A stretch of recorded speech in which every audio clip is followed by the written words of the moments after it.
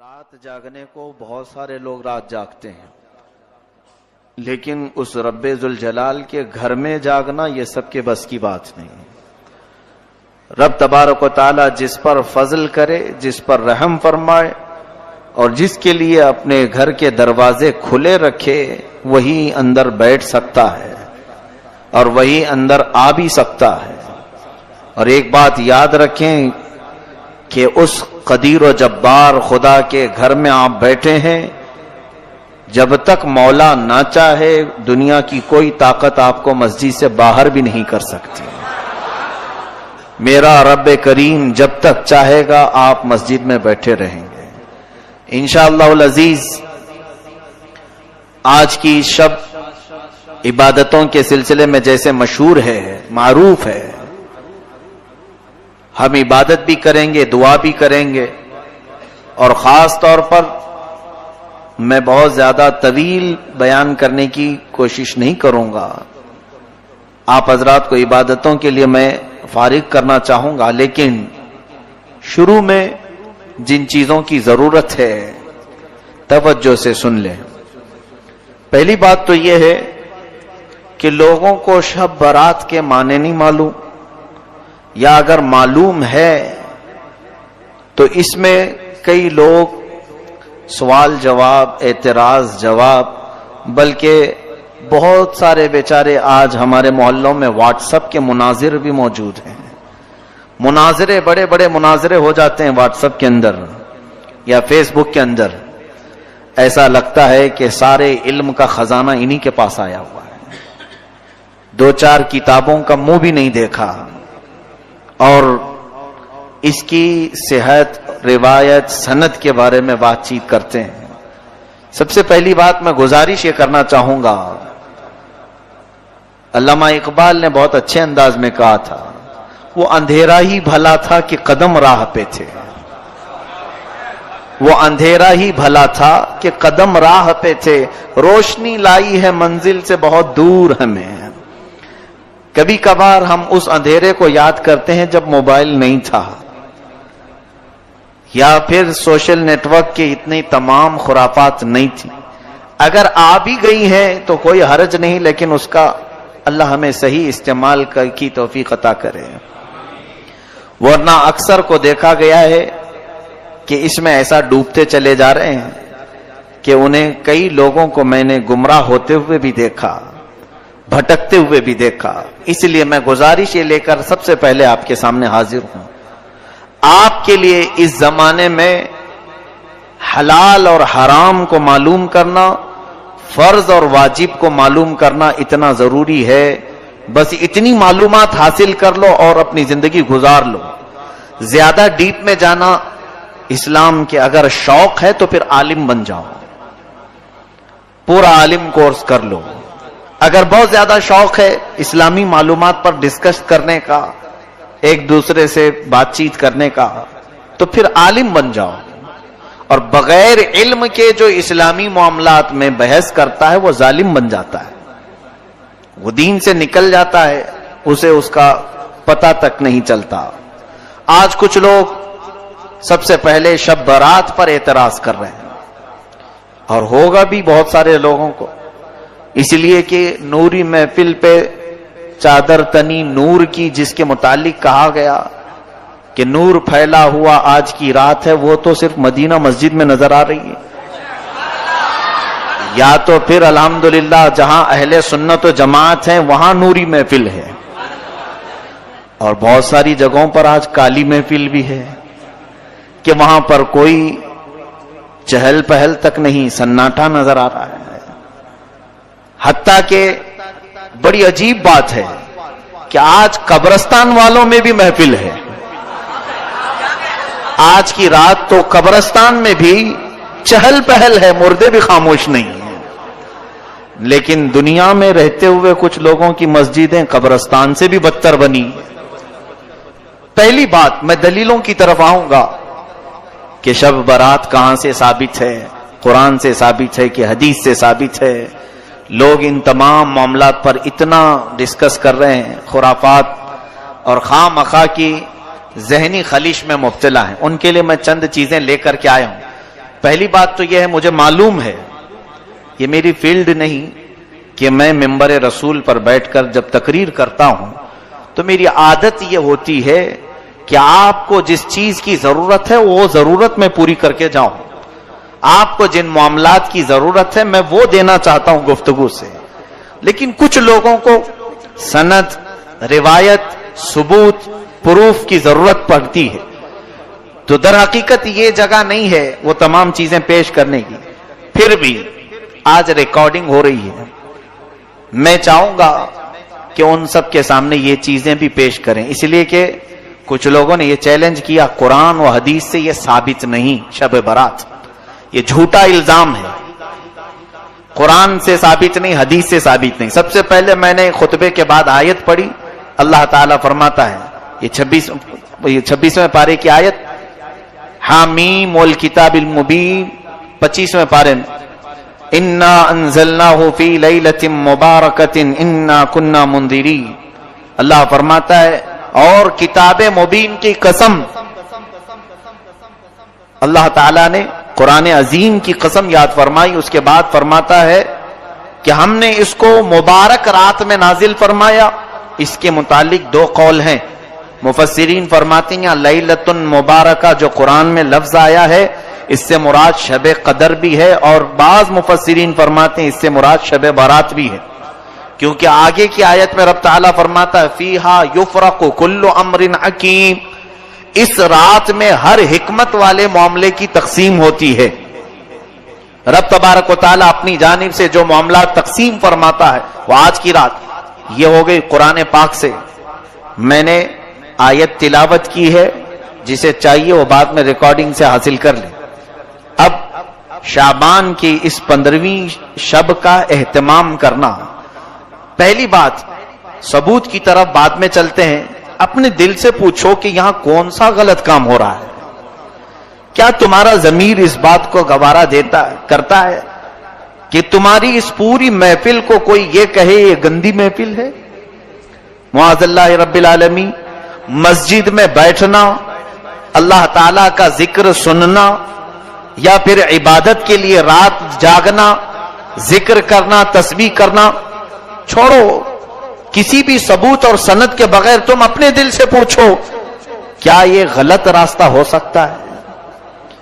مسجد میں ڈھول بج رہے ہیں، یہاں باجے بج رہے ہیں، یا یہاں پر کوئی جوا کھیل رہا ہے، کوئی حرام کاری ہو رہی ہے، یہاں تو میرے مولا کو یاد کیا جا رہا ہے، رسول کریم صلی اللہ علیہ وسلم کی شان بیان کی جا رہی.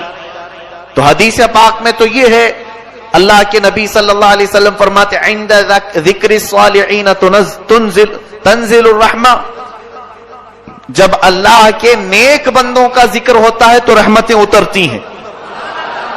نیک بندوں کا ذکر ہوتا ہے، صالحین کا، تو جو نیکوں کا امام محمد الرسول اللہ صلی اللہ علیہ وسلم کا ذکر جس محفل میں ہو رہا ہو تو کیا وہ محفل رحمتوں سے جھما جھم نہیں برس رہی ہوتی؟ سب سے پہلی چیز تو یہ ہے کہ عقلی دلیل ہے. میں نے آپ کو سوچنے کی دعوت دی ہے. میں ان لوگوں کے لیے میسج دینا چاہوں گا جن کو ثبوت کی ضرورت ہے، پروف کی ضرورت ہے. آؤ سنو، سیدہ عائشہ صدیقہ رضی اللہ تعالیٰ عنہ فرماتی ہیں، بخاری شریف کی حدیث ہے، مسلم شریف کی حدیث ہے، مشکات شریف کی حدیث ہے، جلد نمبر 1 صفحہ نمبر 441. حضرت عائشہ صدیقہ رضی اللہ تعالیٰ عنہ اس کی راوی ہیں. فرماتی ہیں کہ میں نے آقا و مولا صلی اللہ علیہ وسلم کو ماہ رمضان کے علاوہ ماہ شعبان سے زیادہ کسی مہینے میں روزے رکھتے نہیں دیکھا. حضور اکرم صلی اللہ علیہ وسلم شعبان کے کبھی کبھار اکثر روزے رکھا کرتے تھے، یا پھر پورے مہینے کے روزہ رکھا کرتے تھے. اس سے تو ثابت ہوا کہ شب برات شعبان میں ہو رہی ہے یا پھر رمضان میں ہو رہی ہے. شب برات کے روزے کے بارے میں لوگوں نے پوچھا کہاں سے ثابت ہے؟ بخاری شریف پڑھو. ماں عائشہ صدیقہ فرماتی ہیں حضور 15 شعبان کیا پورے شعبان کا ہی روزہ رکھتے تھے. دوسری حدیث ہے، حضرت عائشہ صدیقہ رضی اللہ تعالیٰ عنہا فرماتی ہیں کہ نبی کریم صلی اللہ علیہ وسلم چند دن کو چھوڑ کر پورے ماہ شعبان کے روزے رکھتے تھے. پھر فرماتے شعبان میرا مہینہ ہے اور رمضان میری امت کا مہینہ ہے. تو حضور اکرم صلی اللہ علیہ وسلم روزے کا اہتمام فرماتے تھے. اور پھر یہ حضور کا ارشاد، جن لوگوں کی روحیں قبض کرنی ہوتی ہیں ان کے ناموں کی فہرست ماہ شعبان میں ملک الموت کو دی جاتی ہے. حدیث پاک یہ بھی اللہ کے حبیب صلی اللہ علیہ وسلم فرماتے ہیں، یہ بھی بخاری شریف اور مسلم شریف کی حدیث میں تلاوت کر رہا ہوں، آپ کے سامنے ترجمہ میں پڑھ رہا ہوں. اس لیے مجھے یہ بات پسند ہے کہ میرا نام اس وقت فہرست میں لکھا جائے جبکہ میں روزے کی حالت میں ہوں.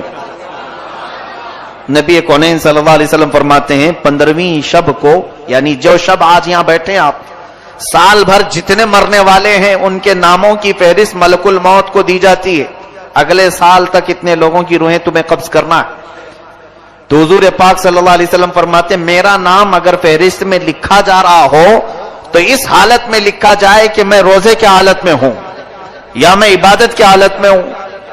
پھر حضور اکرم صلی اللہ علیہ وسلم فرماتے ہیں 15ویں شعبان کی رات کو مرنے والوں کے ناموں کی فہرست تیار کی جاتی ہے. حضور صلی اللہ علیہ وسلم کے ارشاد سے معلوم ہوتا ہے اگرچہ رات کے وقت روزہ نہیں ہوتا، اس کے باوجود روزہ دار لکھے جانے کا ثواب تو ضرور دیا جائے گا. اب شب برات کے متعلق حضرت عطا بن یسار رضی اللہ تعالیٰ عنہ فرماتے ہیں لیلۃ القدر کے بعد شعبان کی 15ویں شب سے افضل کوئی رات نہیں. یہ تابعی ہیں، کتاب کا نام ہے لطائف المعارف، صفحہ 145. اس کے بعد حضور اکرم صلی اللہ تعالی علیہ وسلم کی طرف سے جو یہ رات جاگنے کے متعلق، عبادت کے متعلق، اب سنیے کچھ اور دلیلیں. ایک بڑی حدیث ہے، حضور پاک صلی اللہ تعالی علیہ وسلم زیارت قبور کے لیے بھی تشریف لے جایا کرتے تھے، اور اس رات کو جانے کے متعلق بھی 2 حدیثیں میں آپ کے سامنے تلاوت کرتا ہوں. علامہ ابن الحاج مالکی رحمت اللہ علیہ شب برات کے متعلق لکھتے ہیں کوئی شک نہیں کہ یہ رات بڑی بابرکت ہے. یہ ابن الحاج مالکی رحمت اللہ علیہ اس زمانے کے نہیں، کافی زمانے پہلے کے اور مالکی مذہب کے سب سے بڑے امام ہیں. علامہ ابن الحاج فرماتے ہمارے بزرگوں کا یہ طریقہ رہا ہے کہ اس رات کی بہت تعظیم کرتے تھے.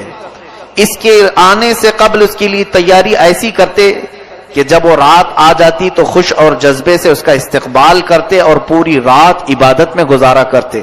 المدخل کتاب کا نام ہے، جلد نمبر 1 صفحہ نمبر 352 یہ بھی موجود. علامہ ابن الحاج مالکی رحمت اللہ علیہ فرماتے ہیں ہمارے بزرگوں کا طریقہ رہا ہے. اب جن کے ہاں بزرگ ہے ہی نہیں ان کے لیے کوئی مسئلہ ہی نہیں. ہمارے ہاں بہت بزرگ ہیں، تو جن کو بزرگوں کے طریقے پر چلنا ہے تو اس کے لیے میں یہ دلیل پیش کر رہا ہوں. اور جس کو بزرگوں سے کوئی غرض ہی نہیں، خود ہی بزرگ بنا بیٹھا ہو، تو اس کے لیے کوئی دلیل کی ضرورت نہیں. اسے اگر میں یہ کہوں کہ میاں ابھی رات ہے تو وہ مجھ سے لڑ پڑے گا، نہیں سورج نکلا ہوا ہے. ایسوں کو دلیل کی ضرورت نہیں ہوتی. آقا و مولا صلی اللہ علیہ وسلم نے زیارت قبور کی متعلق جو حدیث پاک ہے، علامہ شیخ عبدالحق محدث دہلوی رحمت اللہ علیہ فرماتے ہیں جو شخص شعبان کی 15ویں رات میں شب بیداری کرے تو یہ فعل احادیث کی مطابقت میں بالکل مستحب ہے. رسول کریم صلی اللہ علیہ وسلم کا یہ عمل بھی احادیث سے ثابت ہے کہ شب برات میں آپ مسلمانوں کی دعائے مغفرت کے لیے قبرستان تشریف لے جاتے تھے. یہ علامہ شیخ عبدالحق محدث دہلوی رحمت اللہ علیہ اس بزرگ کا نام میں لے رہا ہوں جن کے متعلق تمام دیوبندی حضرات کا بھی اتفاق ہے، اہل حدیث جماعت کا بھی اتفاق ہے، اہل سنت و جماعت بھی شیخ عبدالحق محدث دہلوی کو اپنا امام تسلیم کرتے ہیں. وہ بغیر اختلاف کے لوگوں کے نزدیک بالکل مستند عالم دین ہیں. ان کی بات میں نے یہاں پر پیش کی. آپ فرماتے ہیں کہ ہر 15ویں شب شعبان کی رسول کریم صلی اللہ علیہ وسلم قبرستان تشریف لے جایا کرتے تھے. اس کے علاوہ غوث پاک کی لکھی ہوئی کتاب ہے، سرکار شیخ عبد القادر جیلانی رضی اللہ تعالی. ہمارے لیے اتنی دلیل بہت بڑی ہے، بلکہ ہمارے لیے تو بس اتنی بات ہے کہ محلے کا امام کہہ دے تو بھی ہم چل پڑتے ہیں. لیکن بہرحال لوگوں کو قائل کرنے کے لیے بڑے بزرگوں کی بات پیش کرنی ہوتی ہے. سنیں غنیت الطالبین صفحہ نمبر 250 حضرت حسن بصری رضی اللہ تعالیٰ عنہ کا ایک واقعہ نقل کرتے ہوئے فرماتے ہیں جب آپ شب برات میں گھر سے باہر تشریف لائے تو آپ کا چہرہ یوں دکھائی دیتا تھا جس طرح کسی کو قبر میں دفن کرنے کے بعد باہر نکالا گیا ہو. آپ سے اس کا سبب پوچھا گیا تو آپ نے فرمایا خدا کی قسم میری مثال ایسی ہے جیسے کسی کی کشتی سمندر میں ٹوٹ چکی ہو اور وہ ڈوب رہا ہو اور بچنے کی کوئی امید نہ ہو. پوچھا گیا آپ کی ایسی حالت کیوں ہے؟ فرمایا میرے گناہ یقینی ہیں لیکن اپنی نیکیوں کے متعلق میں نہیں جانتا کہ وہ مجھ سے قبول کی جائیں گی یا پھر رد کر دی جائیں گی. یہ علامہ امام حسن بصری رضی اللہ تعالی مشہور تابعی فرماتے ہیں شب برات کو آپ اتنا خوف سے باہر گھر سے نکلتے تھے ایسا لگتا تھا جیسے کسی قبر سے مردے کو اٹھایا گیا ہے. آپ سے پوچھا جاتا تھا کہ آپ کی حالت ایسی کیوں ہے؟ وہ فرماتے تھے کہ خوف کی وجہ سے. گناہ میرے یقینی ہے مجھے معلوم ہے لیکن نیکیوں کے بارے میں مجھے معلوم نہیں کہ وہ قبول ہوئی کہ نہیں ہوئی. گناہ تو پکا معلوم ہے کہ گناہ ہے, نیکی تو میں نے کر لیا, قبول ہوئی کہ نہیں یہ معلوم نہیں. اس خوف سے آج کی رات میں کانپ جایا کرتا ہوں کہ آج رب تعالیٰ کے ہاں سے احکام نازل ہوتے ہیں. یہ غنیت الطالبین سرکار غوث العظم دستگیر رضی اللہ تعالیٰ عنہ کی لکھی ہوئی کتاب میں ہے. اب قرآن پاک کے بعد بزرگوں کے بعد علامہ قرطبی رحمۃ اللہ علیہ کی تفسیر مشکات شریف کی حدیث جلد نمبر 1 صفحہ نمبر 277.